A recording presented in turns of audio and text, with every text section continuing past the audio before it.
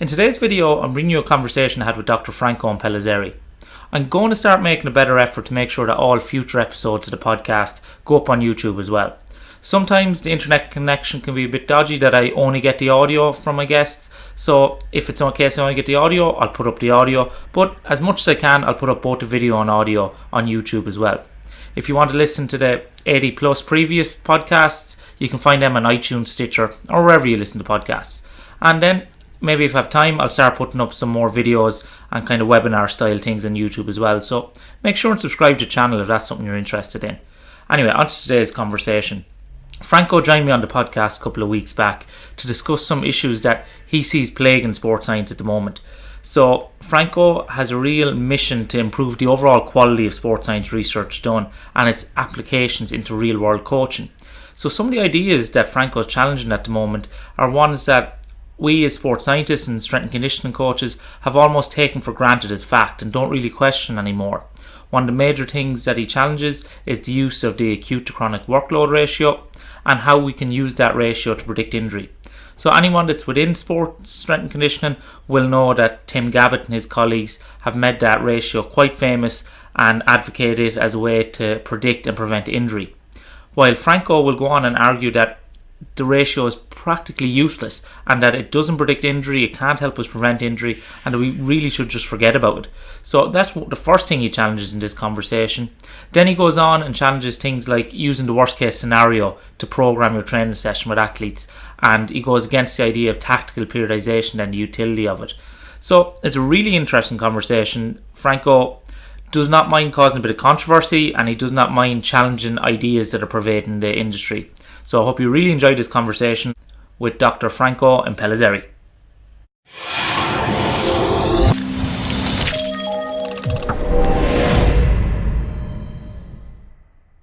Absolute pleasure this evening to be joined by Dr. Franco Impellizzeri. I hope I pronounced that right or gave it a decent stab. How are you doing this evening, my man? Yeah, that's perfect. Yeah, fine. That's great. So thanks so much for giving up your time to come on, because I'm really excited about this conversation, Franco, because I've come across your work over recent times and you're challenging some of kind of the ongoing accepted methods and kind of accepted dogmas within sports science at the moment. So it's very interesting, and we're going to unwrap some of them in this evening's conversation. But just to frame the conversation, you've quite a diverse background in terms of the fields you've worked in, both within sports science and outside sports science. So if you'd like to just give the listeners a background of yourself and your career path to date and your current research interests. Yeah, well, I as an athlete, I start in track and field, so hurdles and long jump. And in the meantime, I was also a taekwondo athlete. And after a while, I was much better in kicking than running. So I moved on completely in taekwondo. I was some years in the Italian national team. So I approached the training, strength training, all kind of aerobic and intensity training in that period. So I experienced everything you can read about how to cut the body weight in a very unscientific and non-scientific way. So I tried the worst on myself. And after I finished my study in sports science, I moved and I work with the Sport Research Center for a professional cycling team. And that center was created by a company sponsoring different sports. So basically I jumped from one sport to another based on the wish of the company. When they decided to sponsor marathon runners, I had to move on marathon runners. So, and I basically, we were specialized in testing and training the athletes. And I started researching that in those years because as a coach, I needed some information I couldn't find in the literature. So I started to do research by myself.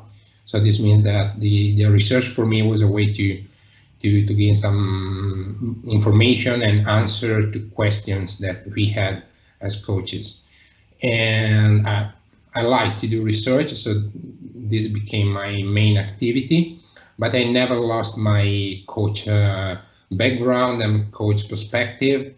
And 10 years ago, I changed field. I moved in clinical setting because I wanted to try new, to see if I was able to do research in another area. And I stayed there 10 years. I liked a lot. I was working on clinimetrics, on clinical outcomes, using also questionnaires for measuring pain, function, things like that. And 1 year ago, I came back completely in sports science. I got a position here in Sydney at the University of Technology with some outstanding colleagues, Aaron Coates, Job France, and Rob Duffield, that I know since a lot of years. And so now I'm back in sports science full time, and that's a bit my background. So I'm a researcher, but I like to think myself as also as a coach, because when I was in clinical setting, I spent 5 years working as a coach, as a fitness coach for the Olympic Games for the Swiss fencing team.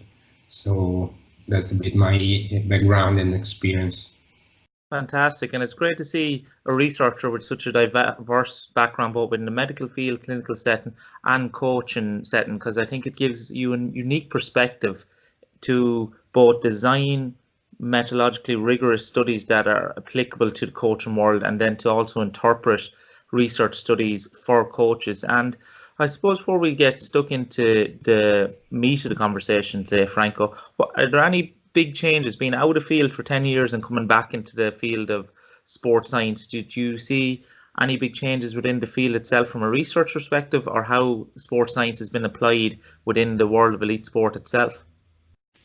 Yeah, the main difference I found is I think basically was driven by the use now, the common use of social media.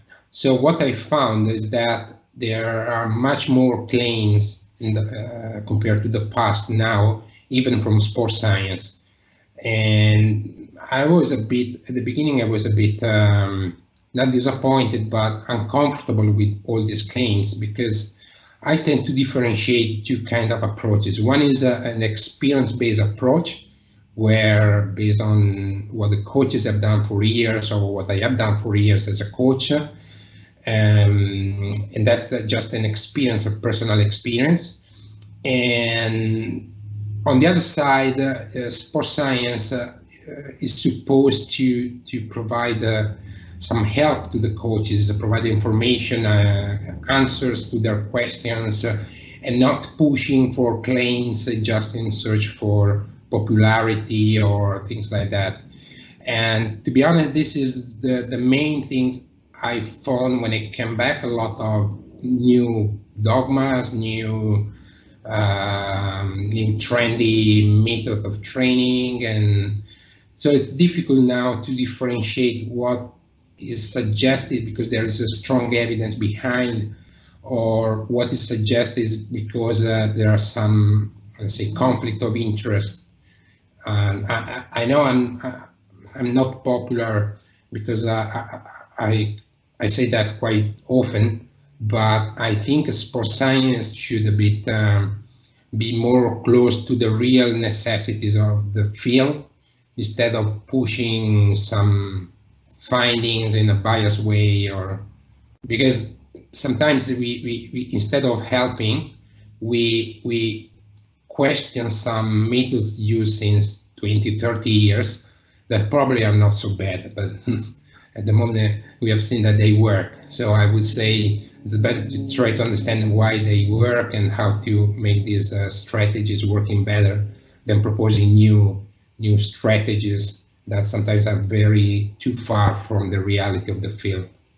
Yeah, I 100% agree, and it is unfortunate to see that disconnect between the research and practice, and that has led to maybe this kind of culture where a lot of coaches don't see the utility or value within sports science research, and kind of see a separation between the academics and the kind of what the lab rats, you could call them, and the guys out there doing it in the field. And as you said, sports science, its ultimate aim should be to empower the coach to make better decisions and answer the questions that they're asking. And as you said, maybe that isn't the case. And it might make you popular in some circles that you're questioning these people with agendas and biases. I suppose one of the first dogmas we can get stuck into is this idea of the acute to chronic work ratio, because we see this throughout all social media, throughout all the literature, and it's almost taken as granted and fact at this stage that the acute to chronic work ratio is the holy grail for preventing injury within our athletes, for predicting injury, and for athlete monitoring. So my question, Franco, and feel free to take this in any direction you wish, is have we wrongly extrapolated or over extrapolated the significance and value of the acute to chronic work ratio, and is it actually a valuable metric or an important metric in athlete monitoring? Yeah, the acute chronic workload ratio is probably the best example of what I was mentioning. That is some informations coming from science, let's say science, that spread all over the world and had a lot of impact in the practice, but in reality are quite weak in terms of rigor of the information provided. And the main reason is that there is a lot of interest behind this metric and behind the overall the idea that with the training load we can predict or we can prevent injuries in some way. Of course, it's a sound idea, probably fits the beliefs of a lot of coaches because we think that in some ways being optimizing the training load, we can decrease the injury risk, and which is reasonable. I'm not saying that's not the case, but what I'm saying is not for sure using the acute chronic ratio that we can do that. At the moment, the main information, the main messages provided using this new metric is nothing new. It basically is something that the coaches are doing since 50 years probably. So if we say, yeah, you have to be careful in the progression of the load without spikes, and that's quite normal for any coach. And when I start my activity as a coach, I never double the load from one week to another, but we follow progression. So I don't see really something new here. And this is not only for the acute chronic ratio, but for all the metrics used for trying to predict the injuries or to decrease the risk of injuries in sport. So the acute chronic ratio has some methodological problems, some conceptual problems, and is really an unnecessary metric. We don't need the acute chronic, especially because the information are not strong enough from a scientific point of view, because all you see on social media are just partial informations. So when there is a study with calculating, I don't know, hundreds of risk ratios or relative risk or injury risks, and people focus on 5% of significant results, this is a bias, because what about the other 95% associations that were not found related to injuries? Because we just concentrate our attention in the results that fit our beliefs. That's the point. So in a conference, I defined the training load injury area as a perfect spot for fishing, because we can find everything. Whatever is your idea, I can find a paper supporting your idea. So, and that's the bias. And that's not the way, in my opinion, science can contribute in improving the work of the coaches. And on the other side, this is creating other kind of problems.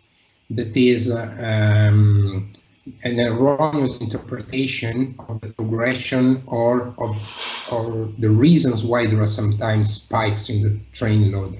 Because the spikes that we find in the papers in training loads most of the time are due to contextual factors that we couldn't control. For example, if you have a match during the week, the first match during the week is because it's in the plan, is in the schedule, there's nothing you can do, but that match increase a lot the training load of that week. if it's a game of Europe League or whatever, we have to play. So we cannot cut kind of. So sometimes these spikes are just factors, contextual factors that we cannot control. So that generically, this is the main concerns I have. If you want, I can enter more in details, but overall, that's the point. Yeah, if you want to maybe unwrap, as you said, some of kind of the methodological issues and the flaws there, maybe from looking at it as a scientist, what wrongful extrapolations, interpretations people have made from kind of a statistical or scientific and methodological perspective. Yeah, so let's start from the conceptual problems. The acute chronic ratio was developed by a modification of the training stress balance of Kogan using a software training peaks, which use 1 week and 4 weeks as indicator of acute and chronic load. These 1 and 4 weeks are approximation of the time decay of the Bannister model, the fatigue and fitness model, which is a model that was developed for explaining or trying to model the endurance performance first. So not, for example, team sport. And the time decays are parameters that you calculate from your data through modeling. It's not a fixed amount of days or whatever. And this model works relatively well in modeling the performance, doesn't work very well in predicting performance. In addition, the Bannister model has been criticized because there are not strong physiological correlates between this model and the changes in performance. So I would say that it's not that strong even for performance. But the problem in injury is that I don't see the link between the Bannister model and the injuries, other than say, okay, an imbalance between fatigue and fitness, or if you are fatigued, something happens so that the injury risk is higher. I mean, it's a very generic statement. There's no way to use this model to understand what are the specific components of the training or the training load that can increase the injury risk. Well, people usually say, yeah, because the neuromuscular fatigue is higher. But for example, neuromuscular fatigue, higher neuromuscular fatigue is not related to injury for FCA, for example. There are studies showing that under fatigue, the injury risk is not higher. So from a conceptual point of view, it's very weak. I think, honestly, that the main idea behind the acute chronic was not really the fitness and fatigue model, but was to develop an indicator of changes in training load. That's my feeling, but I don't understand really why they developed this method. Also because in the literature there were other methods already used, such as the week-to-week change, absolute change, which makes more sense. And still, in terms of conceptual problems, the acute chronic load is a ratio. So it's like to refer the training load, the changes in training load as a percentage. So a training load of 1.5 is a 50% higher load compared to the previous 4 weeks.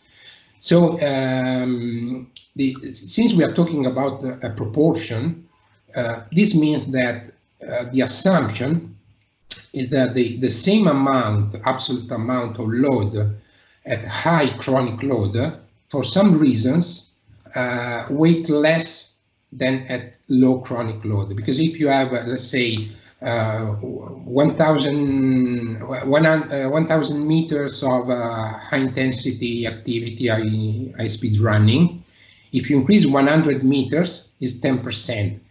If the chronic load is 500, of course, this is much lower. This percentage is much higher. So for some reason, if you normalize in this way, you are attributing a higher weight to the same absolute change, a lower chronic load, which I would think the other way around. I mean, if you are completing, let's make another easier example. If you are completing 100 sprints, adding 10 sprints after you have completed 100 is much more demanding than adding 10 sprints if you completed 50 sprints. The ratio would give more weight to 10 sprints completed at low absolute quantity of sprinting. So for 50, the weight is much higher. So I don't understand why I should give a higher weight when the chronic load is low. And in terms of injuries, this means that in theory, the same amount has a higher impact on injuries at low chronic load. I think that's the only reason why you should use a proportion or a percentage. So from a conceptual point of view, it's really difficult to understand why to use the ratio. And I have to say that even those proposing and using this ratio in their studies, they cut the chronic load for the calculations below 1 and 2 standard deviation. So for some reasons, they found this problem because clearly at low chronic load, any absolute change is much higher in terms of proportion. And so they decided to cut, which is hard. I mean, it's a question of why do you cut? But my question is, if your ratio creates these problems that you have to cut some loads, why are you using this ratio? So it really seems to me very a forced ratio. So, and this is in terms of, let's say, conceptual problems. In terms of more, let's say, statistics, there are the studies of the group of Lolly, Atkinson, and Patteran, Gregson. A lot of researchers quite skilled in statistics showing that when the 4 weeks include the acute week, there is a mathematical coupling problem. So it's an artifact. There is a spurious correlation, basically. But even if you don't use the acute week in the calculation of the chronic load, of the acute chronic ratio, there is still a relation between the chronic load and this ratio.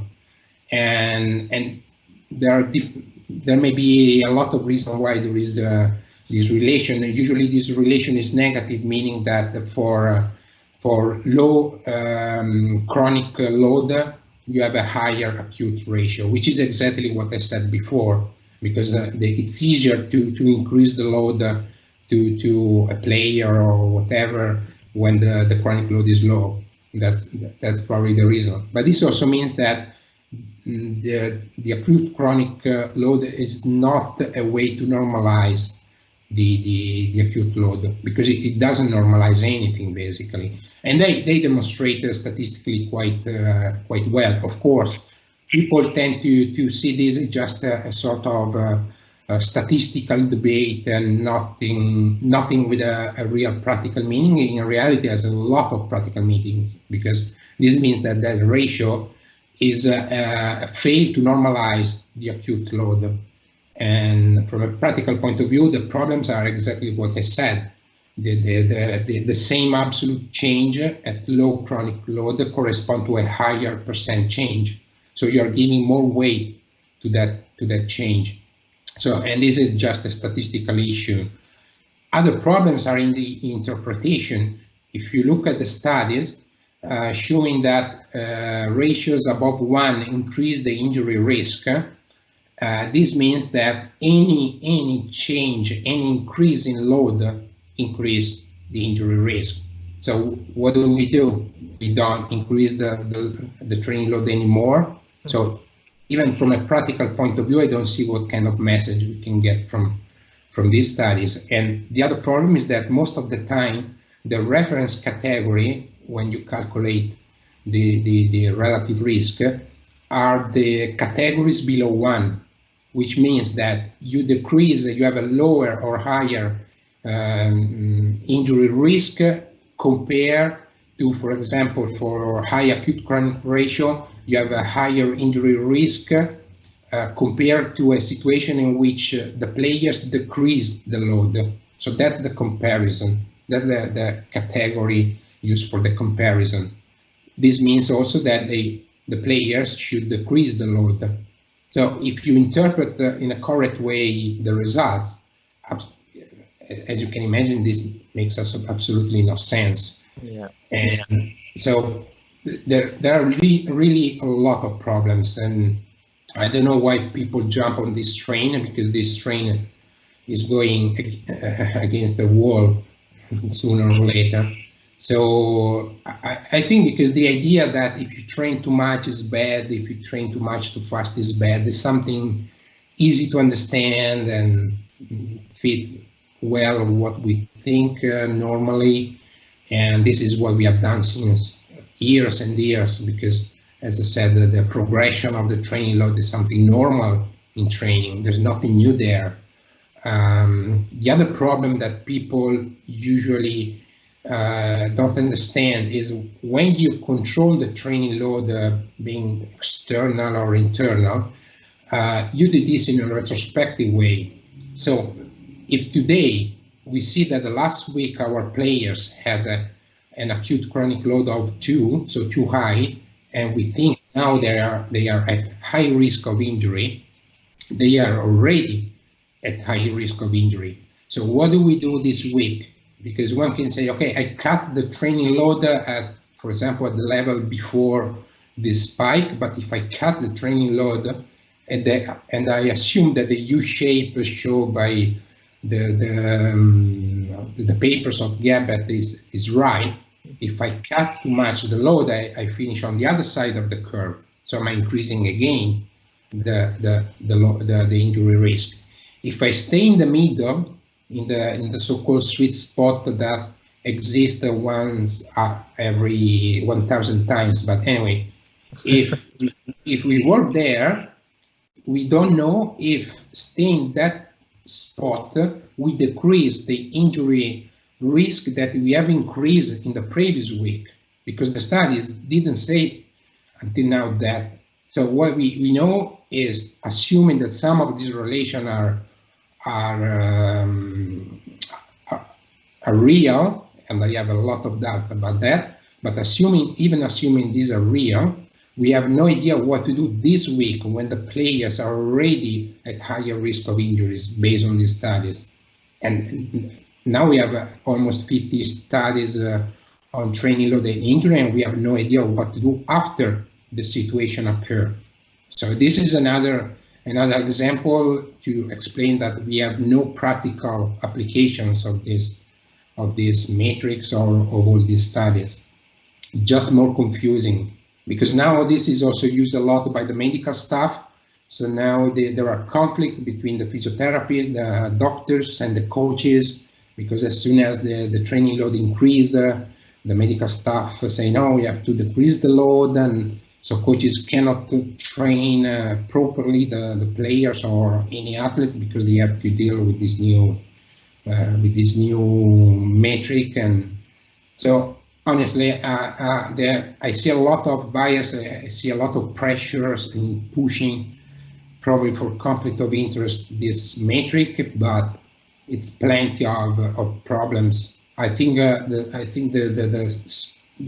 coaches don't need this metric. It's more dangerous than beneficial.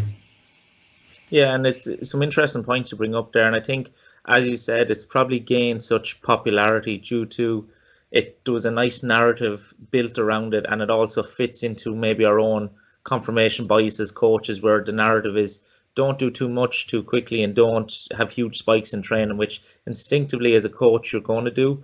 But whether we need this ratio or this kind of golden ratio or range in which to keep athletes within is a totally different argument. And I suppose then, Franco, what is our alternative? What are the key variables we should be tracking with our athletes, if any, in terms of load monitoring? And as coaches then, what role may they have in injury prevention, or as coaches, do we play much of a role in injury prevention? Yeah, I think that To address your question, I should mention about another problem that I see in sports science and in coaching. That now the idea is that if we find that, I don't know, above 20 sprints, the injury risk is higher, the solution we are proposing is to do less. Which again, from a performance perspective, is very bad. It's a very bad suggestion, because I think as a sports scientist, what I should try to do is to help the coaches to make the players or any kind of athlete robust enough, strong enough to cope with the demands of the training that they need to complete for improving performance, reducing the injury risk, not just cutting the exposure, because of course the more they do, the higher the risk of injuries. If they stay, if they lie on the sofa watching the TV, for sure they don't have injuries. But for improving performance, we need some sort of training stimulus, and it's too simplistic to say, okay, if the training stimulus for improving performance is too high, we just cut. Okay, we decrease the injury risk, but we don't improve the performance, and that's the point. Yeah. So what I should do is to try to adopt some training strategies like strength training. Now there's a lot of discussion about around the Nordic hamstrings, and there are exercises for preventing the problems on the growing pain, things like that. So I think the coaches should focus on these strategies for reducing the risk of injuries, or for making my players stronger, so that they can complete the program that I want they complete for improving performance. The tracking and the control of the training load is not like now is common to dictate the amount of training. It's more to understand if my players or my athletes are doing what I plan to do, because I think that what they are doing is good for their performance. If I need to increase the load at a certain point, if I think that I need to complete a certain amount of sprints or high intensity training or whatever, the monitoring of training load can help me in understanding if my players are doing that. For example, in team sports, they use a lot of small-sided games, not only for training physical components, but also because the coach usually needs this kind of training for tactical reasons or for several reasons. And it's difficult to plan the load of these kind of exercises. So I cannot say tomorrow we do a 4x4 because in this way I know that they run 1,000 meters and their average heart rate is 90%. That can be my target, that can be my goal, but I don't know until I don't measure what they have really done, because some activities are spontaneous in this kind of exercises. It's not like benching 10 sets with 100 kilograms that I can control a bit better, and I can plan this kind of load. In a team sport, there are a lot of activities that I cannot accurately plan before the occurrence of these exercises. So the control of training load, both internal and external, it's useful for me to see if the stimulus that I wanted to provide it with these exercises was actually what I planned. If it's not, I adjust the training, the next training, so that I compensate.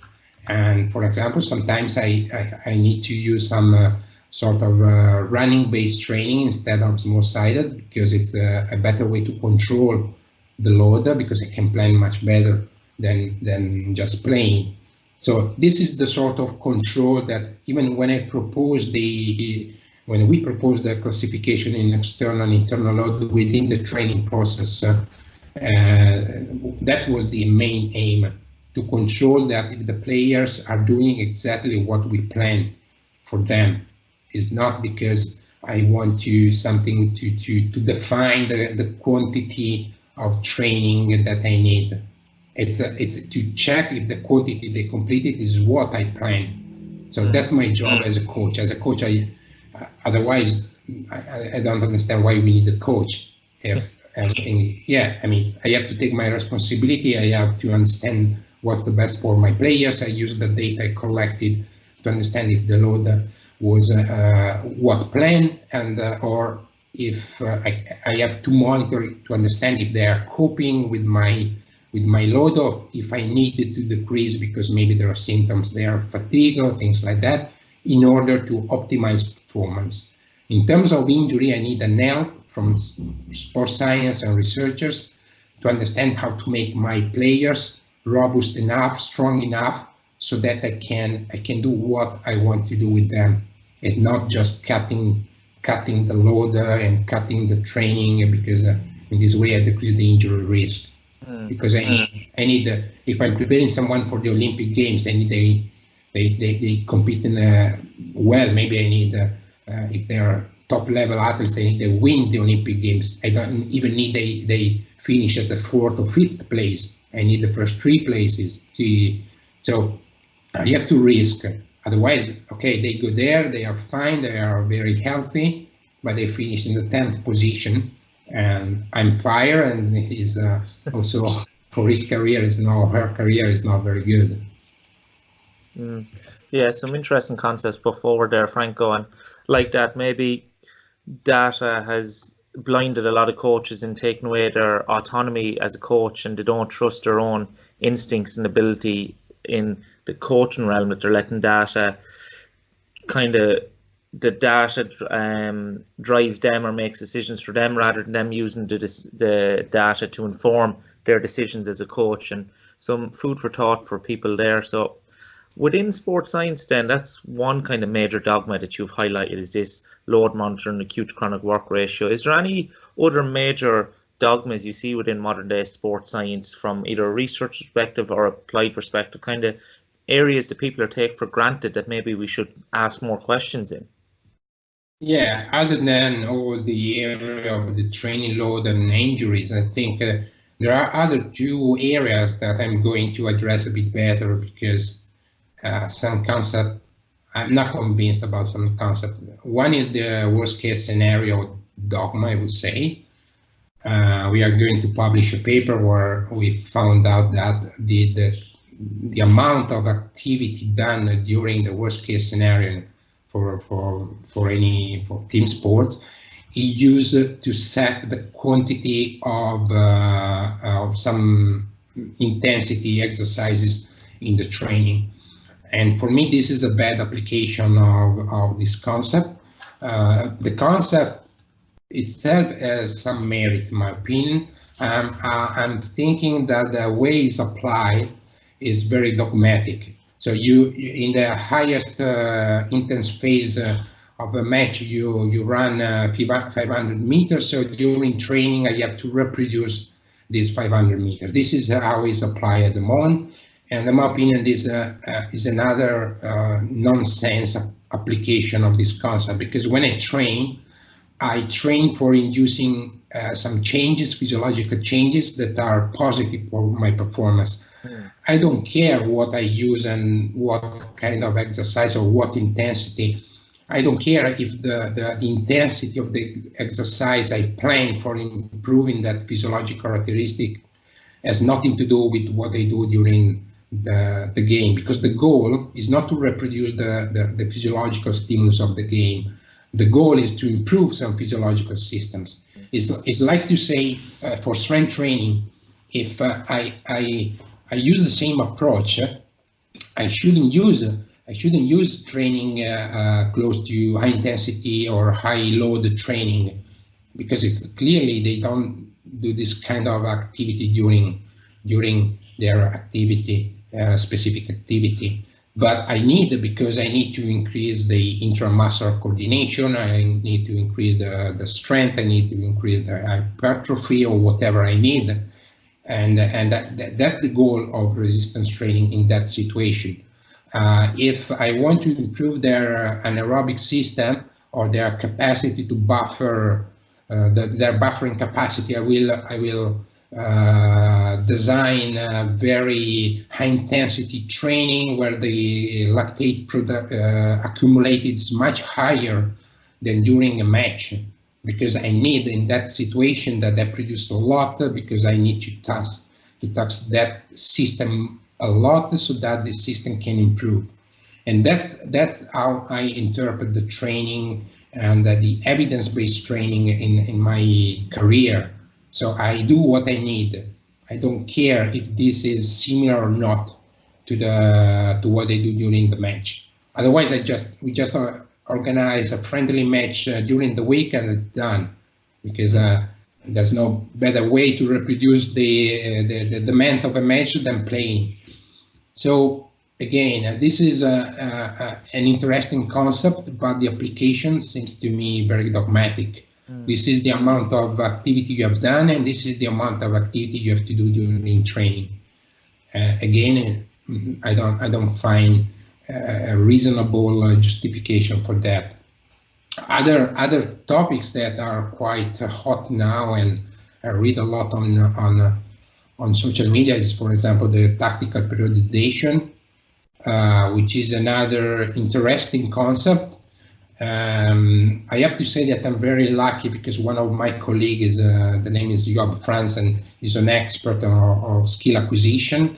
So in terms of coaching, is really an expert, other than being a coach himself, and was a soccer player and Australian football player, play all the sports, team sports available in this world. So he has a lot of experience, and this is my reference person for all these issues. And for example, what I learned from him is that if you want to improve some tactical behaviors, you need to reproduce exactly the same situation. Any small changes in the tactical exercise will have probably very low transfer in a real situation. So if you use specific tactical exercises to induce, for example, physiological changes, this can work in terms of physical training, but probably not so much for tactical components. So the idea to mix the two goals is again sounds interesting, but probably is not that easy as people think. And when you read that there are proofs that this system works, because famous coaches have used this approach, and they won a lot of games, I can say that there are much more coaches that didn't use this kind of approach, and anyway they won a lot of games. So we cannot use this as a justification or as a proof that the strategy worked. Otherwise, I mean, I can find for any strategy some coaches that use in his or her career. So again, that's the approach, or the idea that this is a new San Graal or Holy Graal of training. Again, it's more close to a dogma than an evidence-based or even an intuition, because I would accept more as an intuition than as scientific or evidence-based approach, because from a scientific point of view, there are a lot of problems in this kind of approach. But again, the idea is, I like the idea. Also, the idea to work the transitions is very good.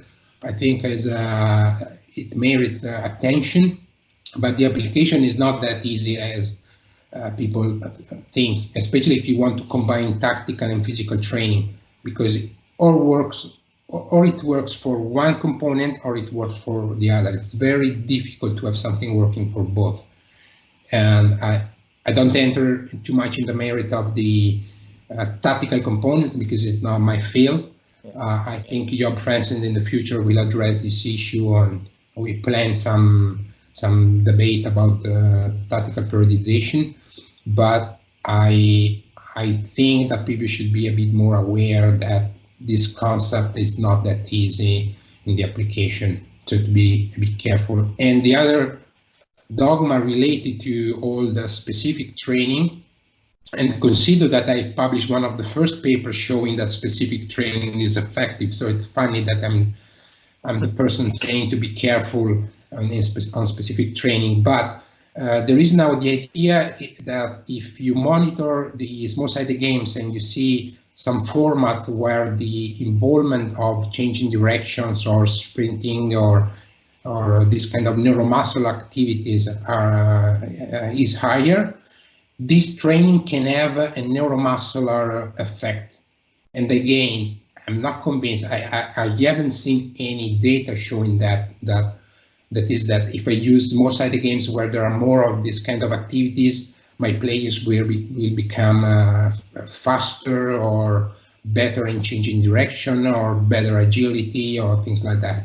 I'm still waiting for some data on that. I haven't seen, and I think that the stimulus provided by this kind of exercise is not enough to improve the sprinting ability or the agility of the players. Can be good from in terms of let's say intermuscular coordination.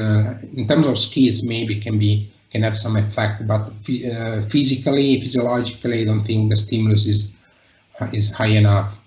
I mean, or maybe all the coaches of sprinters didn't understand a lot about training because they use much higher load for improving the sprint ability of their athletes than what we are used to utilize in team sports. Yeah, so these are some of the dogmas I have found when I came back in sports science. Yeah, and you're going to face a lot of, I suppose, conflict and disagreement with trying to challenge those dogmas because they are hard set within a lot of groups. And I suppose the lesson we need to take away is to kind of question the rationale behind why we do stuff. Because as you say, it's too easy just to fall into this trap of this bubble of, well, the famous coaches have done it and everyone else is doing it. And there's a nice narrative that has some what appears to be logic to it. But then when we unravel it, and even the worst case scenario dogma that you mentioned, I thought it was a nice analogy when you brought in resistance training there, because if it doesn't make sense, if we're saying in team sports as well, this is the demands of the game in the worst case scenario, therefore we replicate that in training.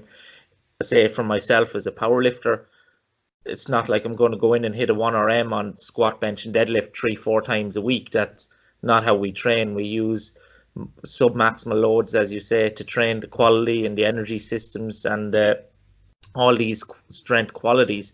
We're not going in trying just to replicate the competition within our training. So it's a nice analogy to make across there. And that leads us, I suppose, Franco, into this idea that, as we mentioned at the start of the episode, that sports science research needs to improve. It needs to be more outcome based, or it needs to help coaching on the ground.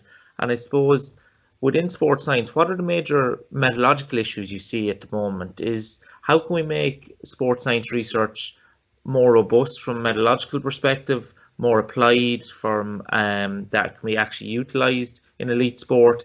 And then, say, from your time in the medical field, is there lessons that maybe sports science needs to borrow from other fields of research?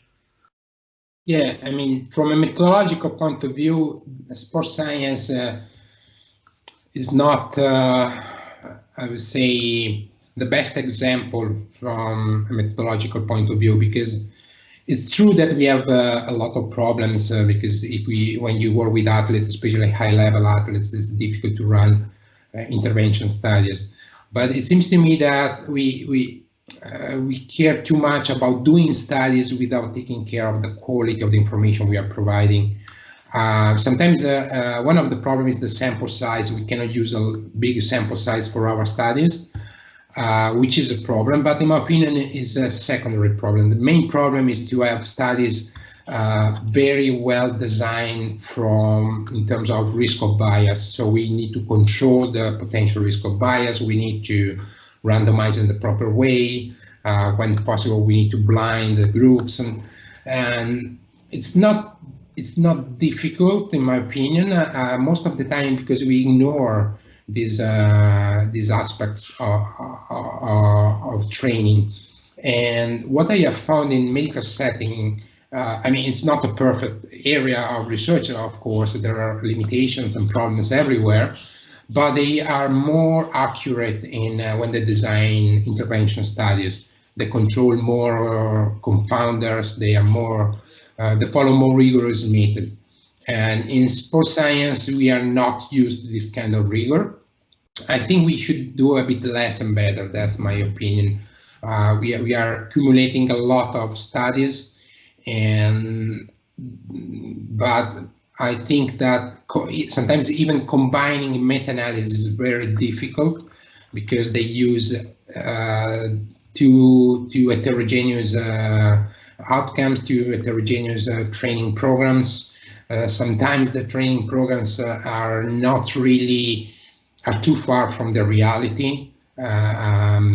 If you have experience in strength training and resistance training, and you know that you don't reach failure every set 3 times a week when you train someone, because it's a good way to kill him or to kill her, because they especially if it's a physical preparation for another sport, because they have to also to complete other kind of training, technical training, things like that.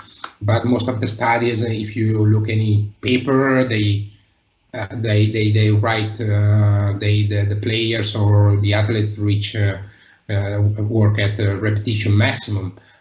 To be honest, I don't think they work at really a RAM, because the concept of failure, depending on the sport, is very different.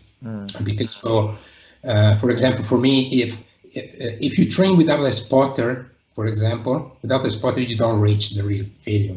And one of the reasons why we were designing some studies on resistance training, and I said that I pretend to have a spotter with all the subjects of the study if you want to reach failure, because otherwise I know they don't reach failure.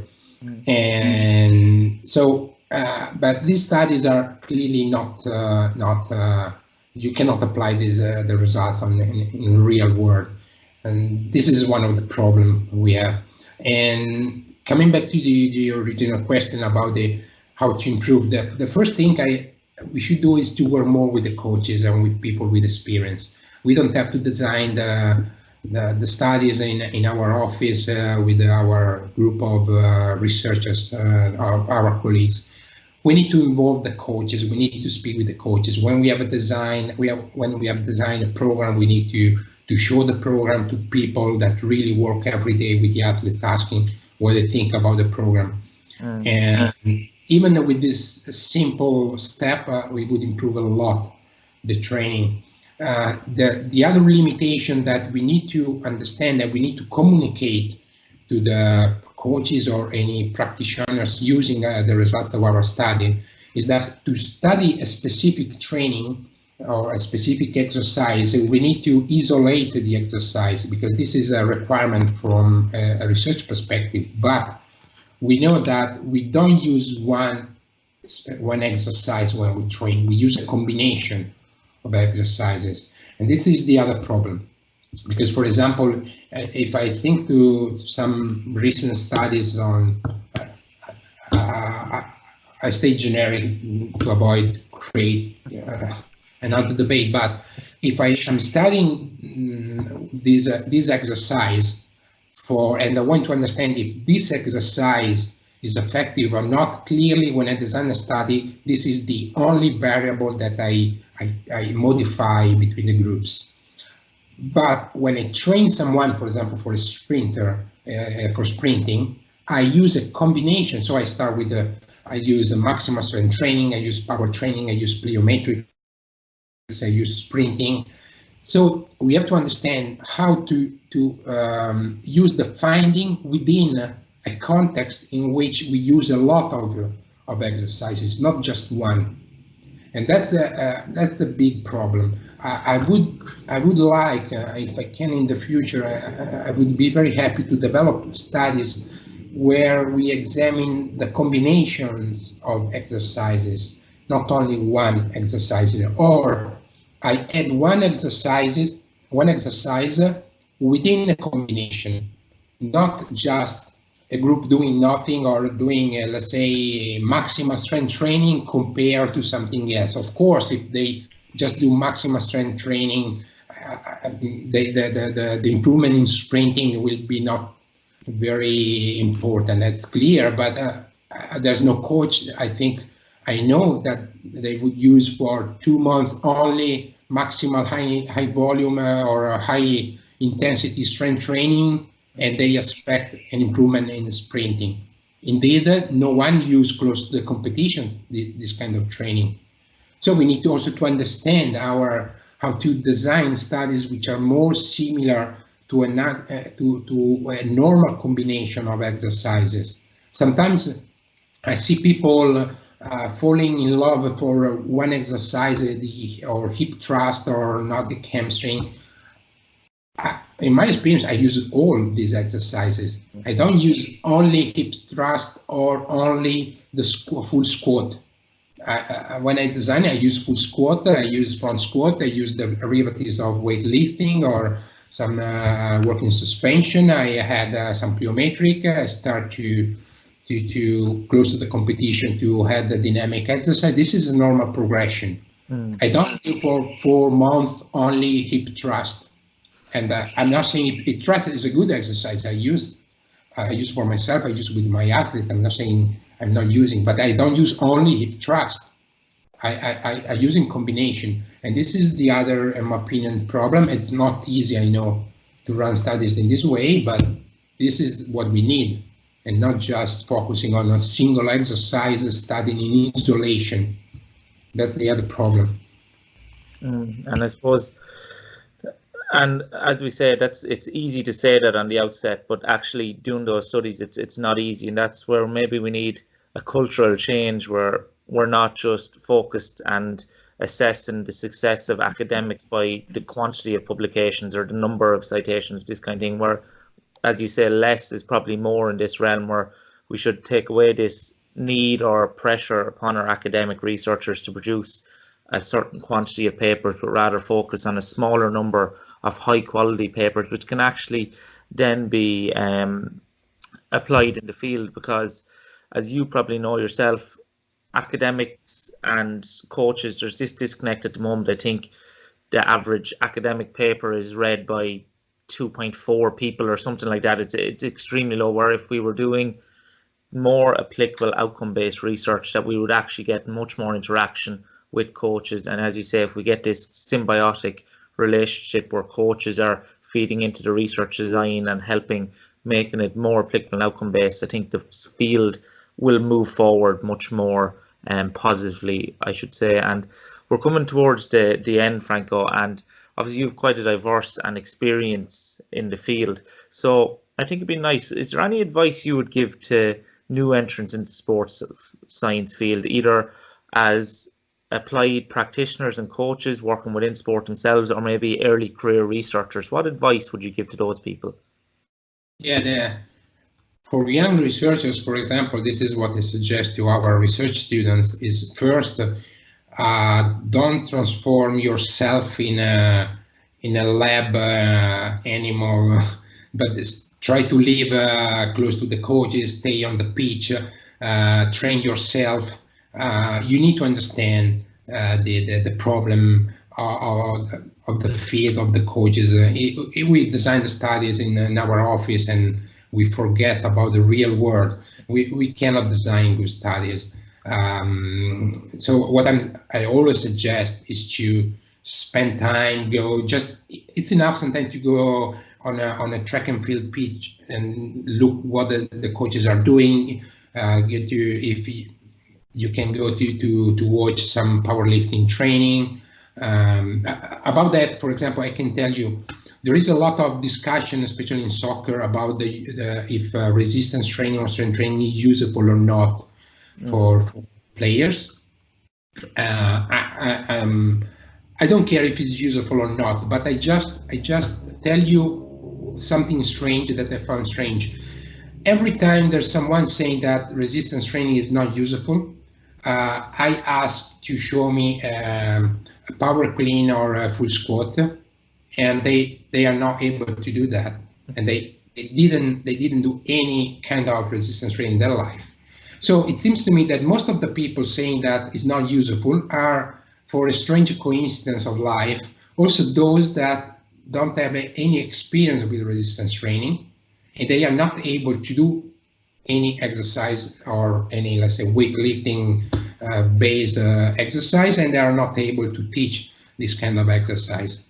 So I'm not saying that I don't want to say that I'm sure resistance training is usable. I mean, I'm biased on that. I would use, and I would suggest to use, but speaking as a scientist, I can say, okay, maybe we need to understand better, we need more studies, but I find quite interesting that people claiming that is not usable or even a problem are also those that have no experience with resistance training.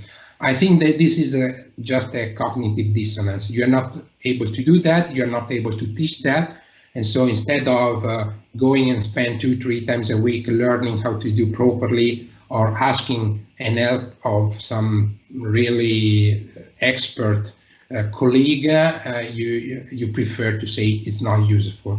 I would prefer someone telling me, okay, I don't know how to do that, so I prefer to avoid instead of creating problems. And this is a good approach, and it's very scientific, I would say.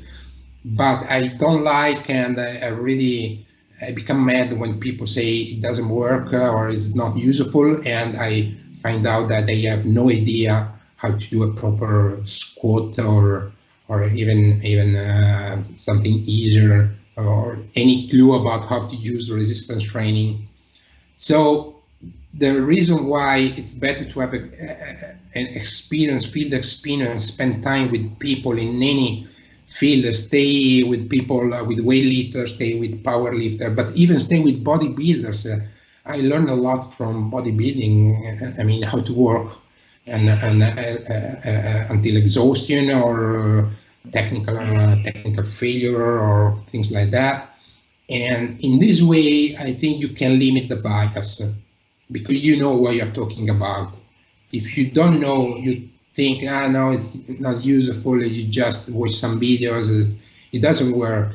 You should understand. You should try to, especially if you are young, you should try on yourself. This is what I do, even if I'm old.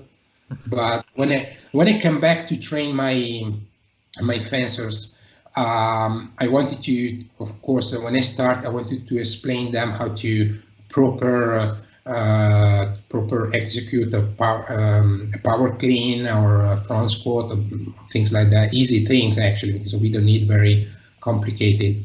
And I came back to train myself because I wanted to be again familiar with the feeling and with the problems, with the pain, with the soreness, all these kind of things. Since it was here that I didn't train that way, I came back. I had also an injury because I'm an old guy, but my body is older. My mind is still pretend to be still young, but it's not.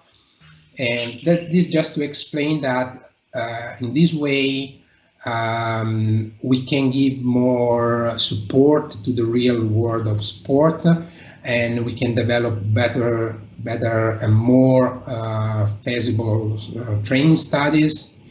So that's my suggestion for the young researchers. Spend time and try to understand how people are training now. And I know a lot of very good coaches in track and field. They have no scientific background, but they're fucking good. I mean, I want to learn from them. They can teach a lot of things to us. So it's not only science. The evidence-based approach combines science with experience. So let's use the experience. If we don't have the experience, let's use the experience of the others.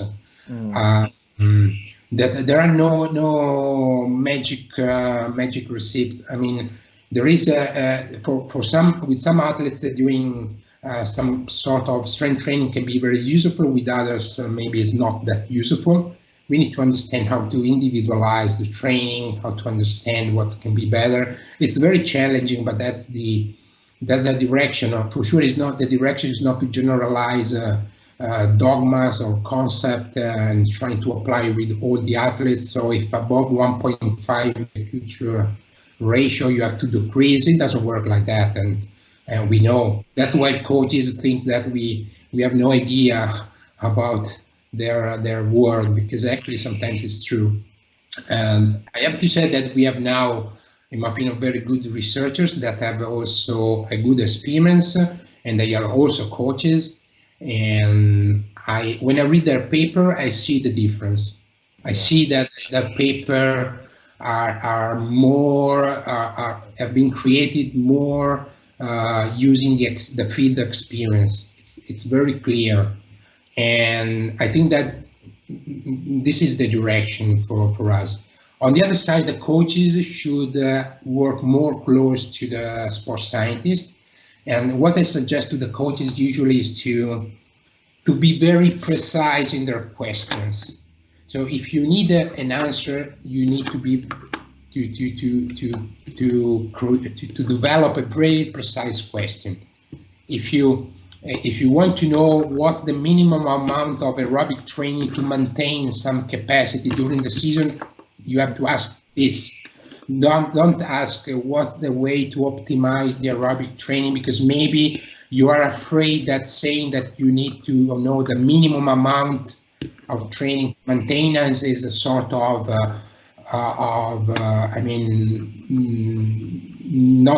not wish of improving at the maximum level your athletes, because you cannot improve in team sports at maximum level. You have to keep a performance, a good performance over a season. It's not like to prepare a single event where you can periodize in a different way. So you have to keep at a good level the physical components. So it's a reasonable question. I'm telling you that because some coaches ask me that.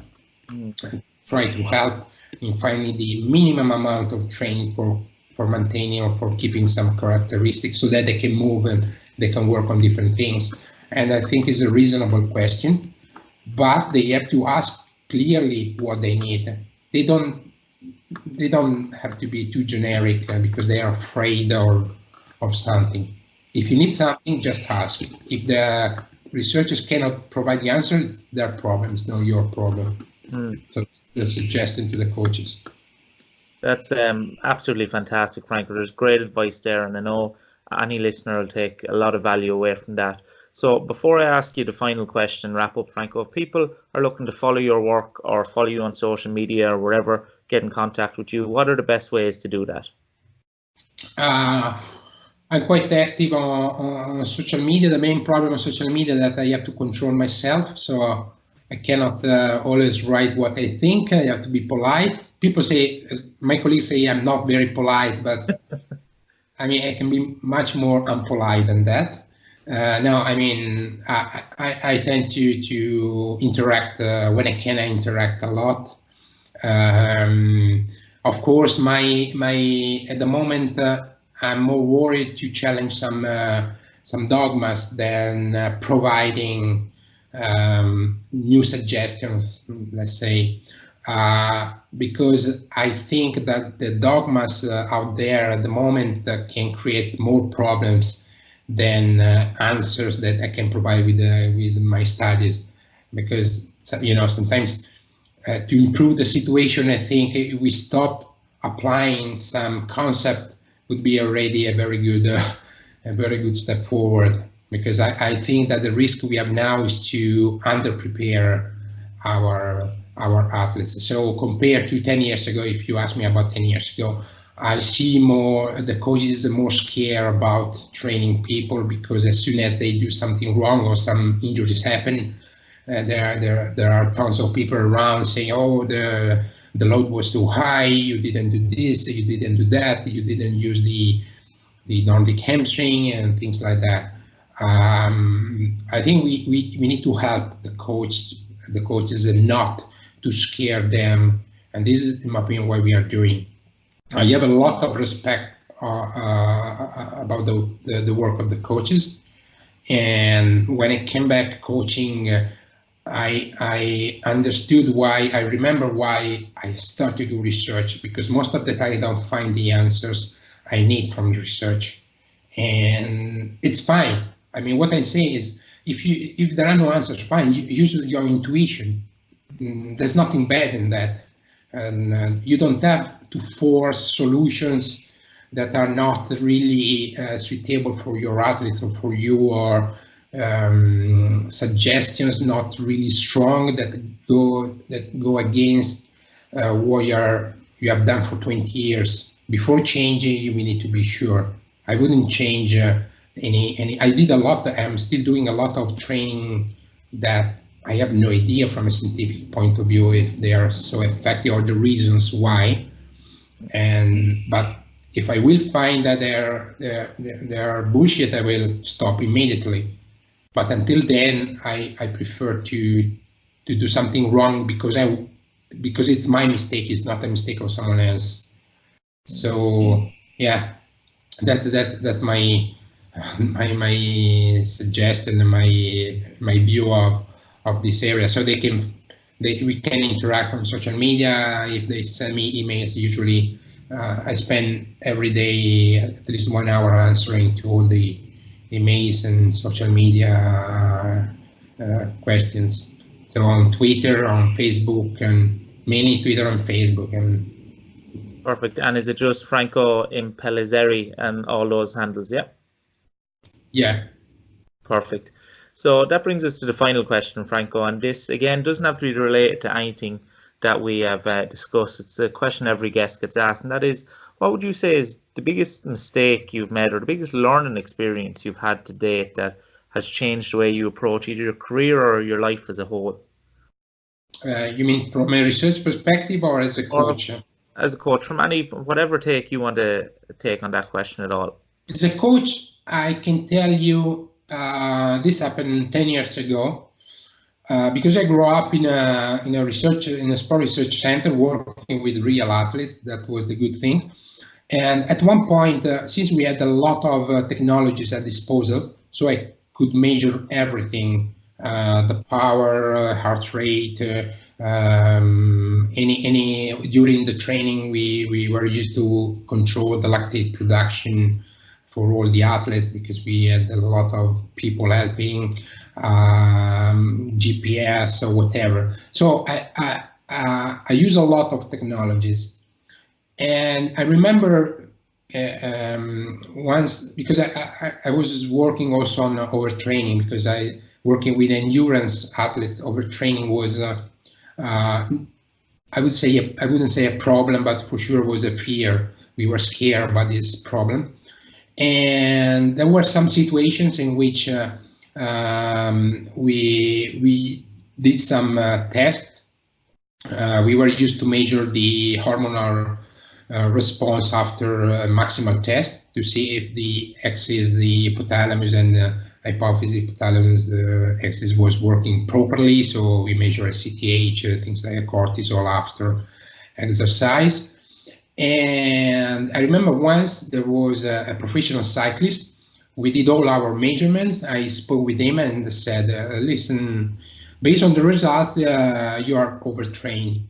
And this guy was an Australian guy, actually. He looked at me and said, it's a bad word, I said, what the fuck, I know I'm overtrained. It's 6 months, I cannot finish a competition. At 6 months, I feel shit. I mean, I know I'm overtraining. You don't have to tell me I'm overtrained. I want to know how to come back to compete. In that moment, I realized that I was so concentrated on the measures, on the hormones, on the power during training, or all these things that I didn't do probably the best things I had to do, and that is asking the athlete asking him how he felt in that moment. And after that, I start to move also in using athlete-reported outcomes. So using questionnaires and using perception, because I was thinking that sometimes, and this is what happening now with the technologies, I see a lot of people that is able to explain everything about the curve, force time curve of a power clean, and is not able to realize that the athlete is doing a very bad power clean and the technique is awful. So we are focusing too much on these measures, and probably we are losing the contact with the athletes. So, and this was something I a mistake I realized 10 years ago, and I promised myself not to do this again. And after that, the first thing I do with any athlete is to ask them how they feel. I try to understand, and this is what my coaches did with me. So we should understand how to make systematic this kind of approach, and not just relying on measures. So this is this error combined my coach experience, my research experience. So don't follow too much these measures, forgetting that we are dealing with people, with persons. So, and that's probably what makes the difference, in my opinion, at the moment between a good and bad coach, is this ability, this empathy that they can create with the athletes. You can obtain from your athletes much more in this way than optimizing maybe the monitoring of the training load. And from a research perspective, I would say that probably one of the errors was to do too many, let's say, too many studies without taking care too much about the quality, because I was too keen, I was too curious, I wanted to do a lot, I wanted to do much more. Now I'm planning a lot of studies anyway, but I'm more careful. If I'm not convinced about the design, I don't do the study. I don't just do a study to do a study. I have to say that now I'm a senior in my career, so I can do that. For a junior scientist, I know it's much more difficult. But as I said, it doesn't matter if you use a small sample. As soon as your design is good, and the design can be good, much better than now, because sometimes people don't follow, they just don't follow the good practice. When I ask, how did you randomize? They say, I did this. I said, no, that's not a good way. It's because they didn't know how to do properly. It's easy to do properly. They just didn't know. So what I suggest is sometimes is to spend to the young researchers to spend time reading methodological papers, not only papers on their field. If I want you to understand that injury and training load relation, you have to read books on epidemiology. It's plenty of methodological papers. Don't read just a couple of papers and copy, because this is what we do. We copy previous papers. So when there is an error, maybe published in a high-level journal, this error for sure will be repeated over and over until someone will say it's an error. But maybe it's too late. Maybe there are out there 10 or 15 studies using these wrong methods. So I from a research perspective, I spend much more time in reading methodological papers, and I tend to do less. If I'm not convinced, I prefer not to do the study. It's like for resistance, we are going to do studies on resistance training overreaching, overtraining. And we had already planned a study, but we were not convinced about several things, about what the best program, about the program that was not too far from the reality. Because if I use a training program for 2 or 3 weeks, training every day, 7 days a week until failure, okay, I can find something, but I don't think that the modifications or the responses to that training are something I can apply in the real field. So I prefer to until I don't find a proper training program that can ensure me to induce overreaching, but is not too far from something that we can we can do. We will probably not do the study. So that's what changed my experience as a coach and working clinical setting. So I don't want to do studies I'm not convinced. That's fantastic. That's absolutely brilliant, Franco. There's a ton of value that I hope people can take away there. So that brings us to the end now, and I thoroughly enjoyed that conversation. I know there's a lot of value that the listeners can take away. So thank you so much for giving up your time and giving such value to the listeners today. Thank you. It's always a pleasure. I'm sorry that I'm in the last interviews. It's more I have to more underline the problems we have in sports science. But I think at the moment we have this problem. I see coaches that don't believe us anymore, and so we have to gain back this. We have to build a better relation with the real world, with the coaches.